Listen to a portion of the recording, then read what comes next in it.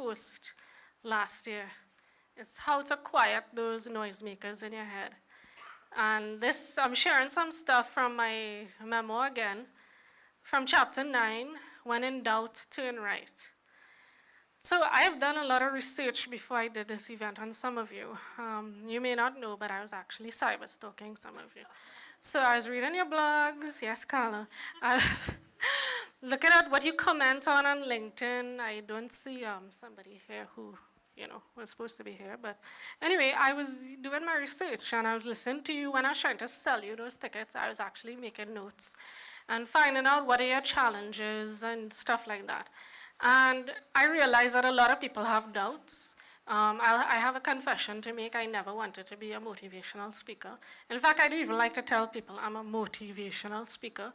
So I just shortened it to speaker because, first of all, I had enormous stage fright. I never thought that I would be doing this today. And then motivational speaker comes with all these expectations, People put you on this pedestal and think, you have to be perfect. And when they realize that you're flawed just like everybody else, it's kind of traumatizing for them. But yeah, also I think I have anger issues that I need to work through, especially when I drive. My sister from abroad, I told this story before. Every time she drives with me, she tells me I need anger management. It's so true.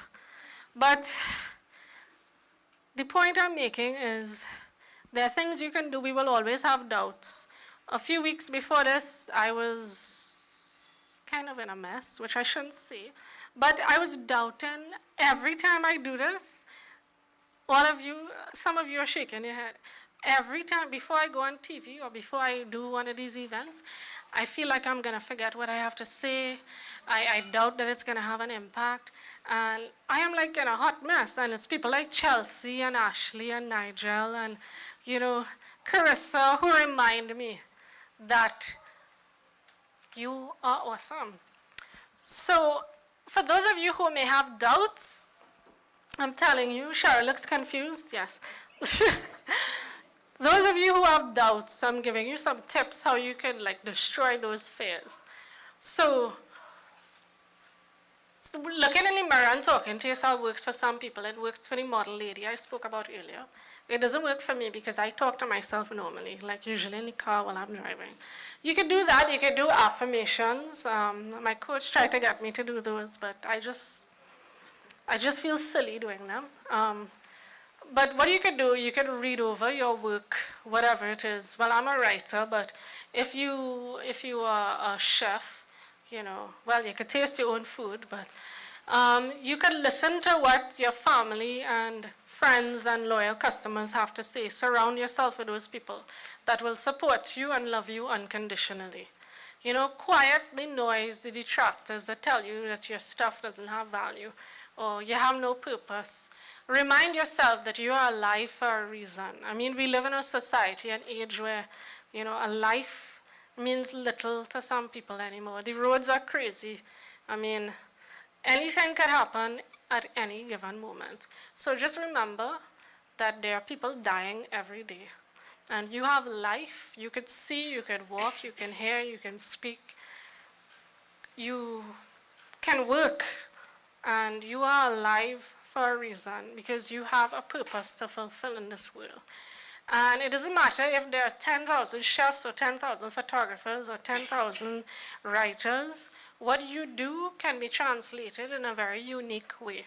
You just have to find ways to make it creative. For example, this book talk is different. There's nothing else like this in Trinidad. And I didn't think I could do it the first time, and I did it, and the second time, and the third time, and I got people to come. So, find ways. You could have a cooking show, you could give classes, you could do a number of things. You could do podcasts and stuff online. The sky's the limit. The other thing you can do is remind yourself, get your customers to write testimonials. And when you read over those things, you realize, wow, this is really making an impact. And this is my purpose. My purpose is real. Read over your testimonials. Read over, look past, look back at some of your work, some of your milestones. If you have photos or videos, look at those. I do those. It's slightly narcissistic, but I do it anyway, and it cheers me up. One night I got a message from a guy I met from Kenya at a networking last year, and wow, at 2 o'clock in the morning, I was like smiling. I was like, wow, oh my gosh. I met that guy once, and he told me, I saw him months after, and when he saw me, he said, Carolyn, it's so good to see you. You know, after I spoke to you, my freelance business took off. And I was like, wow, I wish I remember what I told him. So you are having an impact on people and you don't even know. I mean, I meet people in coffee shops and stores, and one time I went in Movie Town to buy a phone case, and I strike up conversations with people everywhere.